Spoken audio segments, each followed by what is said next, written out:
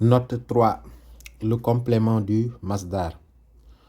Nous vous rappelons la règle d'emploi des masdars. Si le masdar est accompagné d'un pronom, son complément ne peut lui être annexé et devient son complément d'objet au cas direct.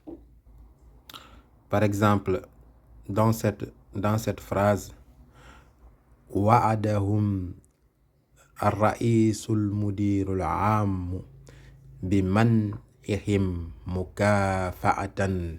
Donc ici, man ihim, étant donné qu'il y a le pronom ici him, donc ici mukafa'atan devient un complément au cas direct. Donc par exemple, ici si on enlève le pronom, donc ici on dirait bi manhi mukafa'atin. Donc ça devient une annexion normale. Ça devient une annexion normale. Deuxième exemple, ujubiru ala rukubi shahinatin soriratin. Ici, il n'y a pas de pronom, donc ruku ala rukubi shahinatin. Donc c'est une annexion normale. Maintenant, voyons voir si on rajoute un pronom ce que ça donne.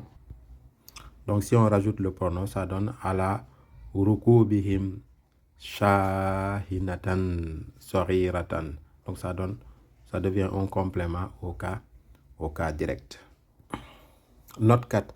Traduction de mots français commençant par mal ou un.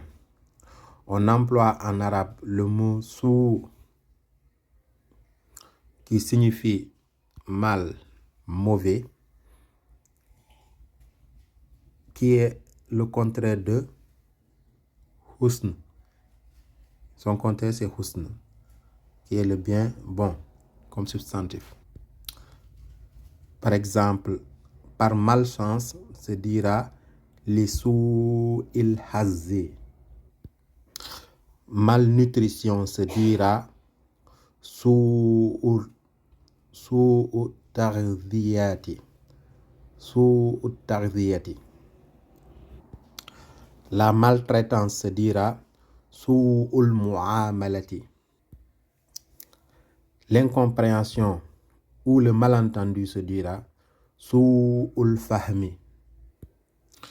Attention, on ne peut pas toujours former soi-même ces types de mots suivant la valeur que prend le préfixe français. On pourra employer aussi des termes comme adam ou bien ghayr ou bien la. Comme par exemple, illégal se dira ghayru shariyin. Ghayru étant l'équivalent de un français ou bien dit il, comme dans illégal. Et signifie non autre que. D'accord. Nous avons aussi la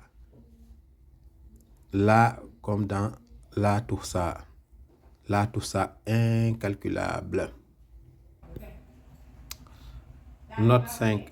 Le participe présent, les participes présents et leur traduction en français. Le français emploie volontiers le participe présent, mais celui-ci a des valeurs bien différentes selon le cas. Donc, pour traduire en arabe une phrase qui comporte un ou des participes présents, il faut d'abord déterminer leur sens. Ensuite, en fonction de celui-ci, reconstruire la phrase de manière simple avec une principale et une subordonnée. Participe présent, épithète d'un nom. Il peut aussi tout simplement, et comme en français, avoir une valeur de participe présent se rapportant à un nom de la phrase. Exemple dans cette phrase, bathat idha'atun bayanan muwajjahan ila kafati sahafiyina muhadhiran iyahum.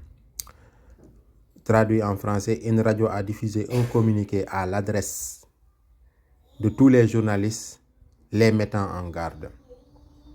Muhaddiran est un participe actif se rapportant à bayanan, qui est au cas direct. Et de plus, il a un sens adverbial et se met alors au cas direct. Deuxième exemple, le participe présent ayant une valeur causale.